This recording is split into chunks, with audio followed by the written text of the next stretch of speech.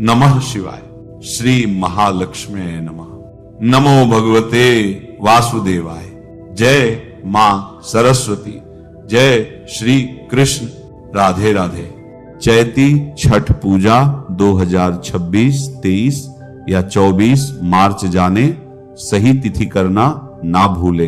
ये एक काम आज हम आपको बताएंगे। साल 2026 में चैत्र के महीने में आने वाली चैती छठ कब है, पूजा का शुभ मुहूर्त, पूजा विधि और इस व्रत के नियमों के बारे में। छठ एक त्योहार नहीं बल्कि आस्था की वो गंगा है जो सदियों से अविरल बह रही है। यह पर्व है छठी मैया का, सूर्य देव का, प्रकृति के उस अटूट विश्वास का जो हर साल 2 बार आता है, एक बार कार्तिक में और एक बार चैत की सुहानी बहार में। और हम बात कर रहे हैं उसी चैती छठ की जो अब 2026 में आने वाली है। अक्सर देखा जाता है कि लोगों के मन में एक संशय रहता है, ये चैती छठ कब है, 23 तारीख को या 24 को, कब है नहाए खाए का दिन और कब दिया जाएगा वह पहला अर्घ्य जब डूबता सूरज साक्षी बनता है भक्ति का। तो आज मैं तुम्हें इस पूरे पर्व की यात्रा करवाऊंगा ऐसी सरल भाषा में, ऐसे प्रवाह में जैसे कोई कहानी कही जाती है। 2026 का वर्ष आ रहा है और चैत्र मास का शुक्ल पक्ष शुरू होगा। यही वह पावन समय है जब प्रकृति मुस्कुराती है, वसंत अपने चरम पर होता है और भक्त सूर्यदेव और उनकी बहन छठी मैया की आराधना में डूब जाते हैं। इस पर्व को चैती छठ, यमुना छठ या सूर्य षष्ठी भी कहते हैं। अब ध्यान से सुनो, तिथियां क्या हैं। पंचांग के अनुसार षष्ठी तिथि का आरंभ होगा 23 मार्च को सोमवार के दिन शाम के 6:38 पर और इस तिथि का समापन होगा 24 मार्च को मंगलवार के दिन शाम के 4:07 पर। अब यही वह बिंदु है जहां समझने की जरूरत है। छठ पूजा में डूबते सूर्य को अर्घ्य दिया जाता है और उगते सूर्य को भी, इसलिए तिथि का यह अंतर बहुत मायने रखता है। मैं तुम्हें सीधे सीधे बताता हूं कि इस बार 4 दिनों का यह महापर्व कैसे बीतेगा। सबसे पहले आएगा 22 मार्च रविवार का दिन। इसे कहते हैं नहाए खाए, यह पवित्रता का दिन है। इस दिन व्रती स्नान करके घर की साफ सफाई करके सात्विक भोजन बनाते हैं।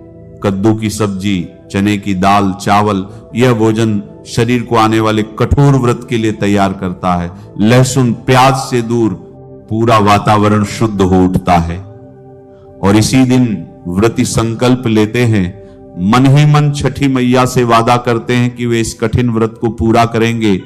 फिर आता है 23 मार्च सोमवार। यह है खरना का दिन जिसे लोहंडा भी कहते हैं। इस दिन व्रती सुबह से कुछ नहीं खाते, केवल फलाहार लेते हैं और शाम की प्रतीक्षा करते हैं। शाम ढलते ही जब घरों में दिए जलने लगते हैं तब गुड़ और चावल से बनी खीर का प्रसाद बनता है, रोटियां बनती हैं, फल सजाए जाते हैं। यह प्रसाद सबसे पहले छठी मैया और सूर्य देव को अर्पित किया जाता है और फिर व्रती उसे ग्रहण करते हैं। और जैसे ही वह प्रसाद ग्रहण करते हैं उसी क्षण से उनका 36 घंटे का निर्जला व्रत शुरू हो जाता है। अब अगले दिन सूर्योदय तक वे पानी की एक बूंद भी मुंह नहीं लगाएंगे। यह तपस्या का सबसे कठिन समय होता है। अब आता है 24 मार्च मंगलवार। यह वह दिन है जिसकी सबको प्रतीक्षा रहती है। यह है संध्या अर्घ्य का दिन, डूबते हुए सूर्य को अर्घ्य देने का दिन। सुबह से ही घरों में तैयारियां शुरू हो जाती हैं। बांस की टोकरियां सजाई जाती हैं जिन्हें सूप कहते हैं।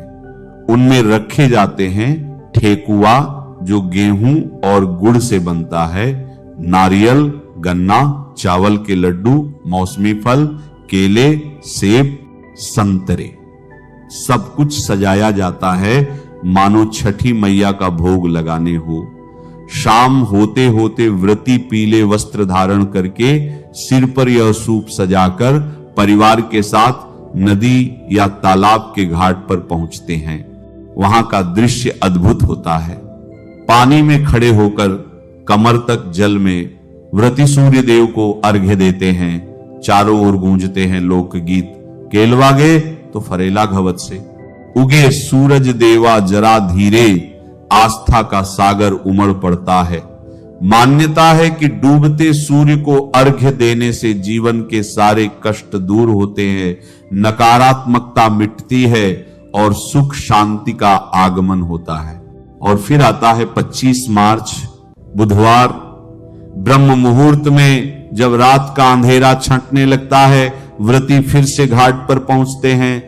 यह है उषा अर्घ्य का दिन, बिहानी अर्घ्य का दिन। उगते हुए सूर्य की पहली किरण जब जल को छूती है, तब व्रती दूध और जल से सूर्य देव को अर्घ्य देते हैं। यह अर्घ्य आशा का प्रतीक है, नए जीवन का प्रतीक है। यह अंतिम अर्घ्य होता है। इसके बाद 36 घंटे का निर्जला व्रत टूटता है, पारण होता है। परिवार के सभी सदस्य एक साथ प्रसाद ग्रहण करते हैं और छठी मैया का आशीर्वाद लेते हैं। अब सुनो, यह छठ व्रत सिर्फ एक रस्म नहीं है, इसके पीछे गहरी धार्मिक मान्यताएं हैं। सनातन परंपरा में यह व्रत सूर्य देव और उनकी बहन छठी मैया को समर्पित है। माना जाता है कि यह व्रत करने से संतान सुख मिलता है, संतान की रक्षा होती है और परिवार में सुख शांति बनी रहती है। कहते हैं ना, छठी मैया संतान की रक्षा करने वाली देवी है। पौराणिक कथाएं भी बड़ी रोचक हैं। सुनो, कहते हैं कि सूर्यपुत्र कर्ण ने सबसे पहले यह व्रत किया था। वे प्रतिदिन घंटों पानी में खड़े होकर सूर्य देव को अर्घ्य देते थे। और फिर महाभारत काल में द्रौपदी ने भी पांडवों की विजय और कष्टों से मुक्ति के लिए यह व्रत किया था। एक और कथा है राजा प्रियव्रत की, जिन्होंने संतान प्राप्ति के लिए यह कठिन व्रत किया था और उनकी मनोकामना पूरी हुई थी। लेकिन केवल धार्मिक ही नहीं, इस व्रत का वैज्ञानिक दृष्टिकोण भी बड़ा गहरा है। सूर्य की रोशनी में पराबैंगनी किरणें होती हैं जो शरीर को विटामिन डी प्रदान करती हैं। सुबह और शाम की धूप में खड़े होने से शरीर की रोग प्रतिरोधक क्षमता बढ़ती है, त्वचा के रोग दूर होते हैं। और 36 घंटे के उपवास से शरीर का पाचन तंत्र साफ होता है, मन को शांति मिलती है। यह केवल आस्था नहीं, यह विज्ञान भी है। अब बात करते हैं इस व्रत के कठिन नियमों की। यह व्रत सबसे कठिन माना जाता है, इसलिए इसकी पवित्रता का विशेष ध्यान रखना पड़ता है। चारों दिन घर में पूरी सात्विकता का पालन होता है। लहसुन, प्याज, मांस, मछली का नाम नहीं। भोजन बनाते समय शुद्धता का ध्यान रखा जाता है। पूजा के लिए बांस के सूप और टोकरी का ही इस्तेमाल होता है। स्टील या प्लास्टिक के बर्तन वर्जित हैं। अर्घ्य देने के लिए मिट्टी या तांबे के बर्तन का प्रयोग होता है। कई व्रती तो इस दौरान जमीन पर सोते हैं, तपस्या और वैराग्य के प्रतीक के रूप में। और सबसे बड़ी बात, खरना के बाद से उषा अर्घ्य तक व्रती को बिना पानी पिए रहना होता है। यही इस व्रत की सबसे बड़ी कसौटी है। और हां, एक बात और, कई लोग पूछते हैं कि कार्तिक छठ और चैती छठ में क्या अंतर है। तो सुनो, दोनों में सबसे बड़ा अंतर मौसम का है। कार्तिक छठ सर्दियों की शुरुआत में मनाई जाती है और चैती छठ वसंत ऋतु में। कार्तिक छठ में मुख्यतः सूर्य देव और उषा देवी की पूजा होती है, तो चैती छठ में सूर्य देव के साथ उनकी बहन छठी मैया की विशेष आराधना होती है। कार्तिक छठ दीपावली के बाद का सबसे बड़ा त्योहार है, तो चैती छठ वसंत की फसल के पकने और नए साल की शुरुआत की खुशी में मनाई जाती है। तो देखा तुमने, चैती छठ का ये पावन पर्व कितनी गहरी आस्था, कठोर तपस्या और वैज्ञानिक दृष्टिकोण से जुड़ा हुआ है।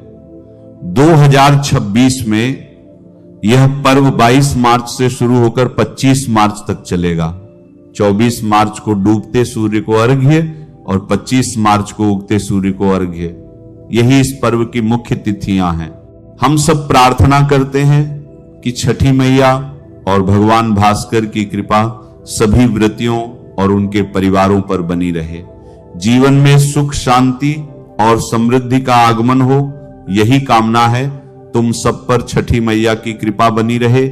जय छठी मैया। नमः शिवाय। श्री महालक्ष्मी नमः। नमो भगवते वासुदेवाय। जय मां सरस्वती। जय श्री कृष्ण। राधे राधे।